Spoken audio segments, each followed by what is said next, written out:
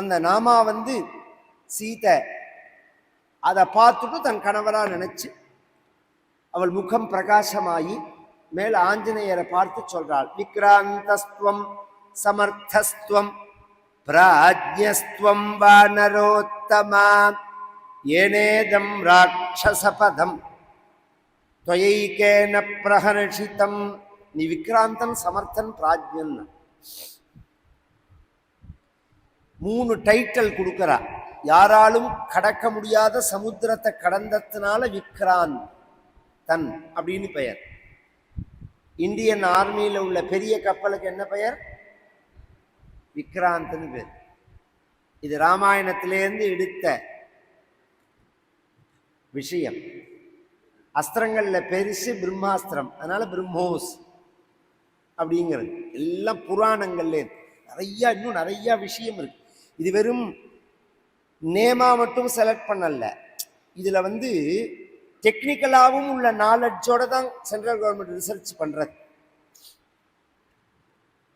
சமர்த்தன் ராத்திரி முழுக்க லங்கையில ஒரு கலாட்டா இல்லாம என்னை தேடி இருக்கு. ஒரு சாமா அதோ மேஜையில வச்சிருக்கேன். மேடை மேல ஒரு சாமா இருக்கு, இதை எடுத்துன்னு வான்னு நம்ம சொன்னோம்னா முதல்ல எழுந்திருக்கிறதேவே பக்கத்துல உள்ள சாமான தட்டி விடுவான். அதை எடுக்கிறேன்னு பக்கத்துல உள்ள கண்ணாடி பாட்டில உருட்டி விடுவான், நம்மளை மிதிப்பான். ஒரு காரியத்துக்கு எத்தனை நஷ்டம். சில பேரை ஏண்டாப்பா காரியம் சொன்னோன்னு பண்ணிடுவாவா. அது மாதிரி இல்லாம இவ்வளோ கெட்டிக்காரத்தனமா என்னை பார்க்கிற அப்புறம் தான் ஆஞ்சநேய சுவாமி தன்னை வெளியிலேயே ஆஞ்சநேயர் வந்திருக்காருன்னா யாருக்கும் தெரியாது. அதனால நீ சமர்த்தன், பிராஜ்யன், ரொம்ப புத்திசாலி. எதனாலன்னா இந்த அடையாளமான மோதிரத்தை தெரிஞ்சு ராம நினைவு இருக்கும் போது என் கையில கொடுத்தியேன். நீ முன்னாடி கொடுத்துருந்தா நான் தூக்கி போட்டிருப்பேன் கோவத்துல, பார்க்காமலேயே. அப்ப நீனும் ராமனுக்கு அபச்சாரப்பட்டிருப்பேன், நானும் அபச்சாரப்பட்டிருப்பேன். இப்படி சொல்லிட்டு ராமனுக்கு என் நினைவு இருக்கா, லக்ஷ்மணனுக்கு என் நினைவு இருக்கா, நான் தொலைஞ்சு போயிட்டேன்னு ராமன் ஒடிஞ்சு போகாம இருக்காரா, முயற்சி பண்றாரா என்னை அடையறதுக்கு, தைரியமா இருக்காரா, தெய்வ வழிபாடு பண்றாரா. ஏன்னா ஒரு மனிதன் முயற்சி பண்ணும்போது தெய்வத்தினுடைய அனுகிரகத்தை எதிர்பார்த்து பண்ற முயற்சி தான் பலனை கொடுக்கும். தெய்வத்தை விலக்கிட்டு பண்ற முயற்சி பலனை கொடுக்காது. கச்சிதாசாஸ்தி தேவானாம் பிரசாதம் பார்த்திவாத்மஜா கச்சித் புருஷகாரஞ்ச தெய்வஞ்ச பிரதி. புருஷகாரமும் தெய்வ கிருபையும் சேரும்போதுதான் அது பலனை கொடுக்கிறது. இந்த சீத்தை சொல்றான். முயற்சி பண்றானான்னு கேட்டால் ஆஞ்சநேயர் சொன்னார், கல்லும் கரையிற மாதிரி சொன்னார். ராமன் முயற்சி பண்ணாமலேயா நான் உங்க முன்னாடி நிற்கிறேன். இதோ நிற்கிறேனேம்மா உங்க முன்னாடி. ராமன் முயற்சி பண்றதுனாலதான் பண்ணினத்தினாலதான் நான் நிற்கிறேன். என் நினைவு ராமனுக்கு இருக்கான்னு கேட்டார். அப்படி கேட்டுட்டே இல்லையம்மா. நமாம்சம் ராகவோ பூந்தே நச்சாபி மதுசேவதே வன்யம் சுவிஹிதம் நித்யம் பக்தமஸ்நாதி பஞ்சமம் நைவதம் ஷான்னமசகானி ந கீட்டான் ந சரீஸ்ருபானி ராகவோ பனயேத் காத்ராதி त्वद्गतेनान्तरात्मना नित्यं ध्यानपरो रामः नित्यं शोकपरायणः नान्यच्चिन्तयते किञ्चित् सतु कामवशङ्गतः अनिद्रः सततं रामः सुप्तोऽपि च नरोत्तमः सीतेति मधुरां वाणीं व्याहरन् प्रतिबुध्यते दृष्ट्वा फलं वा पुष्पं वा यद्वान्यत् सुमनोहरं बहुशः प्रियेत्येवं स्वसंस्त्वामभिभाषते சதேவி நித்யம் பரிதப்யமானः त्वमेव सीतेत्यभिभाषमानः धृतौ रतो राजसुतो महात्मा तवैव लाभाय कृत प्रयत्नः. கல்லும் கரையிற மாதிரி சொன்ன. சாப்பிட்றதில்லை, தூங்குறதில்லை, கஷ்டப்பட்டு தூங்க வச்சாலும் சீதைன்னு கத்துறா. எந்த நல்ல பொருளை பார்த்தாலும் சீதைக்கு பிடிக்குமேங்கிறார். இது என் சீதை புஷ்பம் பிடிக்குமே, இந்த பழம் பிடிக்குமே, இந்த இடம் பிடிக்குமே அப்படிங்கிறா. அப்படிலாம் சொல்ல சீதை ரொம்ப சந்தோஷம். ஏன்னா அதுல ஒரு விஷயம், தூங்கறதே சீதேன்னு கத்தறார். சீதேதி மதுராம் வாணி, சீதேன்னு தூக்கத்துல கத்தறார். நீ கேட்டிருக்கியா அனுமன்னா? நான் கேட்டிருக்கேன்னா, அந்த சப்தத்தை நான் கேட்டிருக்கேன், கத்தினதை. அது எப்படி இருக்கும்னு கேட்டேன். கூப்பிடுறதே பல முறை இருக்கு. வாங்கோ வாங்கோ வாங்கோ வாங்கோ வாங்கோ, ஒரே வார்த்தை தான். எத்தனை விதத்துல கூப்பிடணும். அது மாதிரி சீதை அப்படிங்கிற வார்த்தையே சீதை சீதை அப்படின்னா இதுக்கும் இவ்வளவு வித்தியாசம் இருக்கு. நீ கேட்டிருக்கியா அப்படின்ன உடனே ஆஞ்சநேயர் எப்படி இருக்கும்னு கேட்டாரா சீதை. அதுக்கு சீதை சொல்றா, ஆஞ்சநேயர் சொல்றா, நான் பிரம்மச்சாரி, எனக்கு எப்படி தெரியும்? நீங்க தான் அதை கேட்கணும். மதுராம் வாணி, தேன் ஒழுகிற வார்த்தை. ஒரு கணவன்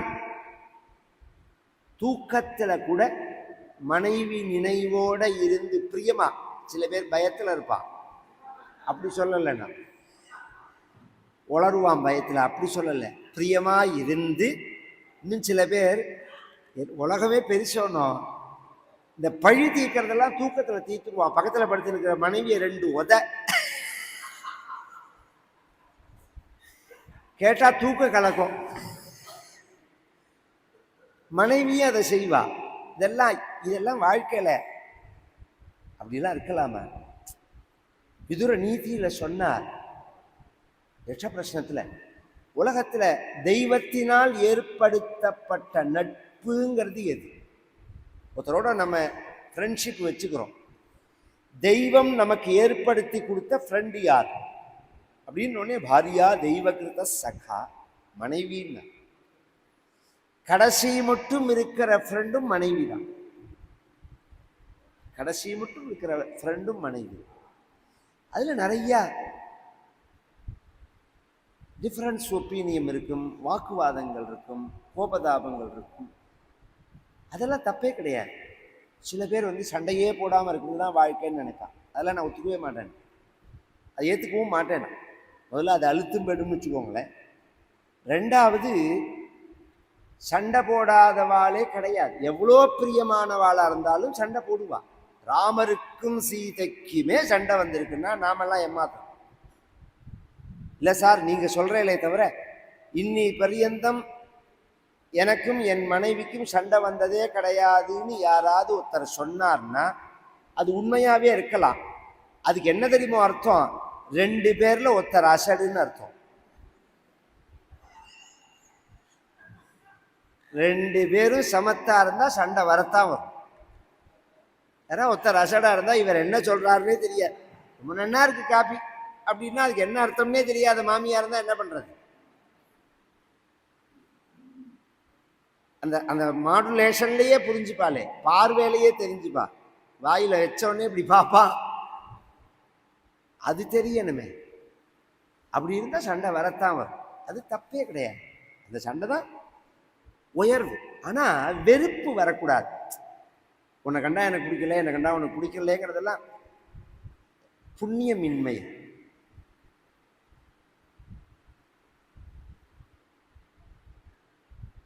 சீதை அப்புறம் கேட்டால், நீ வந்துட்டே மற்ற வானரங்கள்லாம் வருமானால் எல்லாம் வரும்னாரு. இருக்கிறதுலையே மட்டமான குரங்கு நான் தான், பாக்கெல்லாம் பெரிய குரங்குன்னா.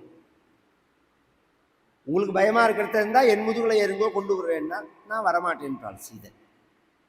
பரபுருஷனை நான் தொடமாட்டேன் புத்தி பூர்வமா. ராவணன் தொட்டுதானே தூக்கின்னு வந்தான் அப்படின்னா என் சுவாதீனம் இல்லாத சமயம் அது.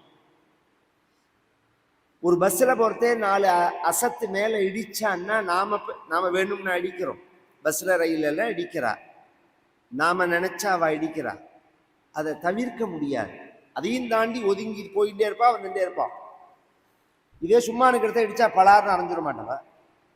அது மாதிரி ராவணன் என்னை தூக்கின்னு வந்தான்னா என் வசத்துல நான் இல்லை, நிர்பந்திச்சு தூக்கின்னு வந்தான். அதுக்காக நான் புத்திபூர்வமா இன்னூத்தன் முதுகுல ஏறிடுவேன். ரெண்டாவது, அதை விட முக்கியம், சத்திரிய பெண்ணா இருக்கிறதுனால ஒரு விஷயம் சொன்னால், நீ தூக்கின்னு போனா என் ராமன் என் மேல என்ன பிரியம் வச்சிருக்கான்ங்கிறது எனக்கு எப்படி தெரியும்னு கேட்டான். பொதுவா அந்த சுபாவம்ங்கிறது தான் ஜாதிங்கிறது. பிராமண சத்திரிய வைசிய சுபாவங்கள் இருக்கு பாருங்க, இதைத்தான் ஜாதிங்கிறது. பிராமண சுபாவம் சாதுத்துவம், பேடித்துவம் இல்லை, சாதுத்துவம். சத்திரிய சுபாவம் டாமினேஷன். வைசிய சுபாவம்ங்கிறது பொண்டாட்டிட்ட கூட பேசுறதே அதுல 5 ரூபா லாபம் கிடைக்குமான்னு பார்த்து விவகாரம் பண்றது. இதுல கூட ஏதாவது சம்பாதிக்க முடியுமா அப்படின்னு நினைக்கிறது. ரிஸ்க் எடுக்க மாட்டேன்னு சொல்றது ஒரு சுபாவம். இதெல்லாம் விஷயம் வேற, சுபாவம் தான் அது. இப்ப இந்த இடத்துல சீதை மாதிரி உள்ள இடத்துல ஒரு பிராமண பொண்ணு இருந்தான்னா என்ன சொல்லுவா, சீதை என்ன சொன்னால்னு சொல்றேன். பிராமண பொண்ணா இருந்தா, ஆஞ்சநேயா என்ன ஐஷ்ணு பேர்றா, எனக்கு பயமா இருக்குடா, என்னை எப்படியா கொண்டு போய் எங்க ஆத்துக்காரரை சேர்த்து விட்டுறா அப்படின்னு தான் சொல்லுவா. சீதை சொன்னால், நீ இப்ப என்ன தூக்கின்னு போற, ராமத்தை கொண்டு சேர்த்துடுவ. 2 விஷயம். என் மேல ராமர் பிரிய வச்சிருக்காருங்கிறது அப்புறம் எப்படி தெரியும்? ராமர் முயற்சி பண்ணணும். அவர் இந்த இடத்துல சண்டை போட்டு என்னை மீட்டின்னு போனாதான் என் மேல பிரிய வச்சிருக்கார். இது ஒண்ணும். என்னை தொட்டவன் கை வெட்டணும்னாலும், என்னை தொட்டவனை முழுக்க சம்ஹாரம் பண்ணிட்டு என்னை தூக்கின்னு போனாதான் அது எனக்கும் பெருமை, ராமனுக்கும் பெருமைன்றான். இதுக்குதான் சத்திர சுபாவம்னு பேர். சாத்திரியமான சபதம் பண்ணலையா? இவ சொன்னா அவ சபதம் பண்ணா திரௌபதி. எந்த கையால என்ன தொட்டானோ அந்த கையை ஒடிச்சு அந்த ரத்தத்தை என் தலையில தடவின்ற அப்புறம்தான் இதை முடிவேன்னால. அதனாலதான் அப்படி இருக்கணும், தைரியம்ங்கிறது. சீதையை பத்தி பேசாத பாரதியார் பாஞ்சாலியை பத்தி பேசுறார். ஒரு ஹிந்து ஸ்திரீகள் எப்படி இருந்தார்கள்னு காமிக்கிறது. 3வதா நான் உங்களை பார்த்ததுக்கு அடையாளம் சூடாமணியை கொடுக்கிறார். 2 விதமான கதையை சொன்னார். காகாசுர விற்த்தாந்தம்னு ஒரு கதை, சித்திரக்கூடத்துல நடந்த கதை. பகவான் சீதைக்கு தனியா தெரிஞ்ச ஒரு சரித்திரம் அது. அதை சொன்னா, நான் உத்தரவு வாங்கிக்கிட்டேமான்னா, நீ உன்னோட இருக்க எனக்கு அவ்வளோ சந்தோஷமா இருக்கு, நீ வேணா ஒரு நாள் தங்கிட்டு போறையா, வசைக்காக மறிந்தமா அப்படின்னு கேட்டா. இன்னொருத்தரா இருந்தா ஒன்னு தங்கறேன்னு சொல்லுவான், இல்ல எனக்கு மணி ஆயிடுத்து, நான் ஊருக்கு போயே ஆகணும் அப்படின்னு பிகு பண்ற மாதிரி பேசிப்பான். பேசுறதே ஒரு கலை. ஆஞ்சநேயர் சொன்னார், ஒரு நாள் என்ன, 1 மாசம் வேணாலும் தங்குவேன், எனக்கு ஒன்றும் பிரச்சனையே கிடையாது, உங்களுக்கு தான் அதுல பிரச்சனைன்னா. நீ தங்குறதுல எனக்கு என்ன பிரச்சனைன்னு கேட்டாள் சீதை. நான் எவ்வளோக்கு எவ்வளோ உங்களோட தங்கி இங்க டிலே பண்றேனோ அவ்வளோக்கு அவ்வளோ நீங்களும் ராமனும் சேர்றதுக்கு டிலே ஆகும்னா. இப்பயே கிளம்புனா, இந்த க்ஷணமே கிளம்பு அப்படின்னு சொல்ல, நீ போற பாதையெல்லாம் நல்ல பாதையா இருக்கட்டும், சிவச்சதே துவாஸ்து ஹரி பிரவீரா, நல்ல பாதையா பார்த்து போன்னு சொல்லலை, போற பாதையெல்லாம் நல்ல பாதையா இருக்கட்டும் அப்படின்னு சொல்ல. வெளியில காரியசேஷம் அச்சிந்தயத்தின்னு மிச்சம் என்ன காரியம்னு யோஜனை பண்ணினார். வெறும் முட்டாளா இருந்து நாட்டை நாசம் பண்றவனா இருந்தான்னா, ஒரு தேசத்துக்கு போயிட்டு அங்க என்ன ஹோட்டல் இருக்கு, அங்க என்ன சாப்பாடு இருக்கு, அங்க என்ன சௌக்கியம் சுகபோகங்கள்லாம் இருக்குங்கிறத என்ன தின்னு அனுபவிச்சுட்டு தேசத்தையே அடமான வைக்கிறதுக்கு கையெழுத்து போட்டுட்டு வந்துடுவான். நல்ல ராஜதந்திரியா இருந்தா ஒரு டூர்னா இப்படி ஒரு ரவுண்டு, என்னென்ன காரியம் இருக்கோ அத்தனையும் கவனிக்கணும். யோசனை பண்ணிட்டே இருக்க மாட்டாளா? இங்க என்ன ஹனிமூன் டூரா போறா? பதவிக்கு வந்ததுலேருந்து இத்தனை டூர் போறார், அத்தனை டூர் போறான்னா இந்த ஹனிமூன் டூரா போறது. இந்த தேசத்தோட நலனை உத்தேசிச்சு பண்ற காரியம் அது. புத்திசாலிகள் போறதே ஒரு காரியத்துக்கு போயிட்டு 10 காரியத்தை முடிச்சுன்னு வரவன் தான் புத்திசாலி. இந்த ஒரு காரியத்துக்கு 10 தடவை போயிட்டு வருவோம் நாம.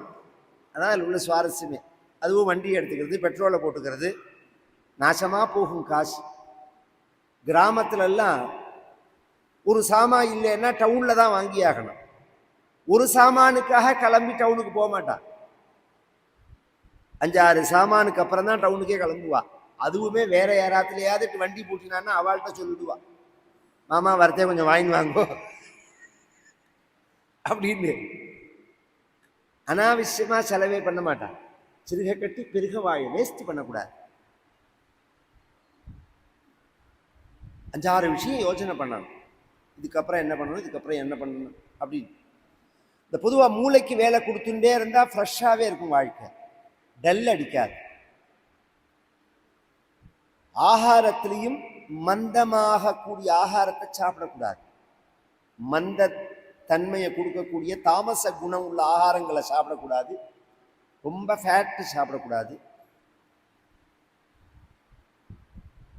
இவர் யோஜனை பண்ணி லங்கையில் உள்ள பலாபலத்தை தெரிஞ்சுப்போம்னு அசோகவனத்தை அழிச்சார்.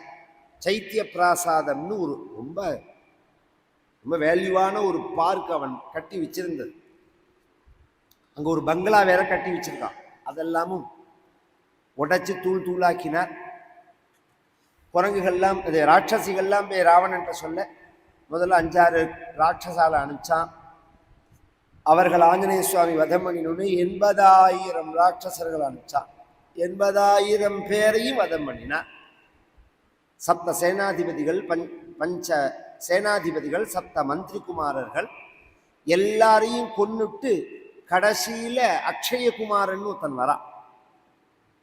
ராவணனுடைய மூத்த பையன் அவன் தான். இந்திரஜித்து வரதான பலம் தபஸ் பண்ணி சக்தி அடைஞ்சவன், பை பர்த்ல சக்தி உள்ளவன் அவன். அவன் ஆஞ்சநேயர் கொன்ன விதத்தை கேட்டு ராவணனுடைய 20 கண்ணிலேருந்து ரத்தம் வந்தது. எப்படி கொன்னார் தெரியுமா ஆஞ்சநேயர்? அவனை சண்டை போட்டுண்டே மேலே போயிட்டு அவன் காலை பிடிச்சு இப்படி சுழட்டி 4 சுத்து அந்த வண்ணாந்துறையில துணி அடிபாபத்தில் அது மாதிரி ஒரு அடி செதறி போட்டான்.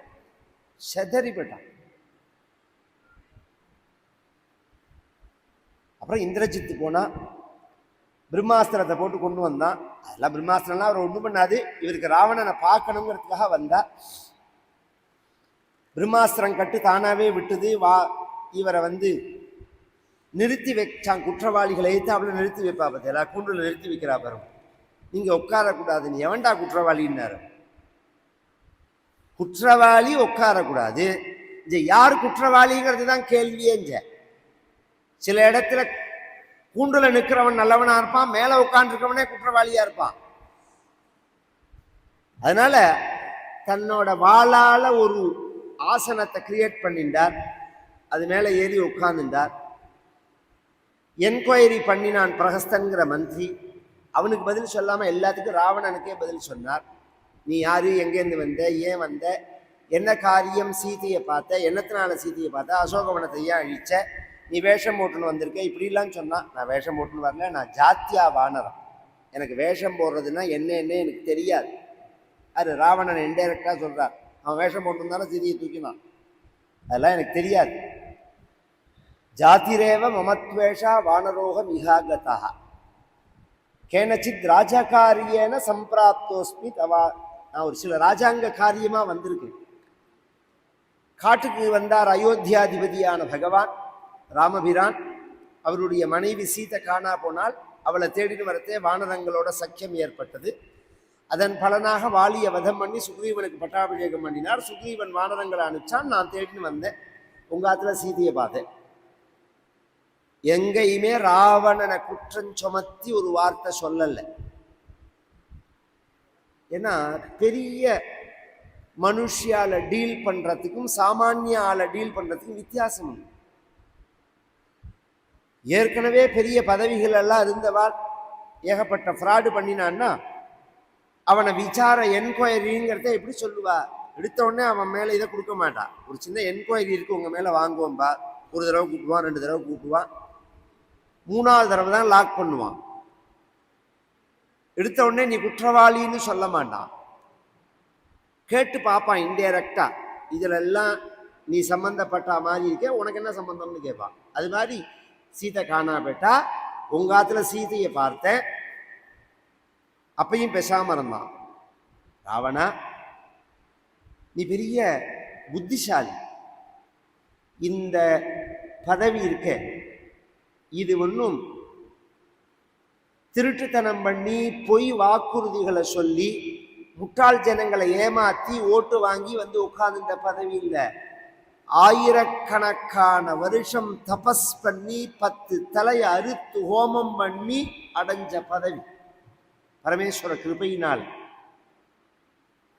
உழைச்சு வந்த பதவி. ஒரு சின்ன தவறுதலால அந்த மதிப்பை குறைச்சிக்கலாமா? உலகத்துல பெரிய பாவம் எது அப்படின்னால் பிறர் மனைவியை அபகரிக்கிறது தான். உனக்கு அது தெரியாதா? சர்வம் ஹந்தி பராங்கனா, எல்லாம் போயிடும் அப்படின்னு இருக்கு. உனக்கு அது தெரியாதா? நீ ஏன் இப்படி நடந்துட்ட? நீ நிறைய தர்மங்களை பண்ணியிருக்கலாம், புண்ணியங்களை பண்ணியிருக்கலாம், தபஸ் பண்ணியிருக்கலாம். அதெல்லாம் உன்னை காப்பாத்தும்னு நீ நினைக்கிறையா? அதெல்லாம் தனி கணக்கு. நீ பண்ணின பாவங்கள் தனி கணக்கு. பொதுவா அக்கௌண்ட் ரன்னிங்ல இருக்கிறது, ஒரு அக்கௌண்ட் க்ளோஸ் ஆன அப்புறம் தான் இன்னொரு அக்கௌண்ட் ஓப்பன் ஆகும். இப்ப நீ பண்ணின புண்ணிய கணக்கு நடந்துட்டு இருக்கு, அதனால பாவத்தோட அக்கௌண்ட் ஓப்பன் ஆகல. ஏன்னா ஒரே சமயத்துல 2 வித அனுபவத்தை அடைய முடியாது. புண்ணியத்தோட பலன் சந்தோஷம், பாவத்தோட பலன் துக்கம். சந்தோஷத்தோட வெளிப்பாடு சிரிப்பு, துக்கத்தோட வெளிப்பாடு அழுக. ஒன்னு சிரிக்கணும், இன்னொன்னு அழணும். சிரிச்சுட்டே அழ முடியுமா?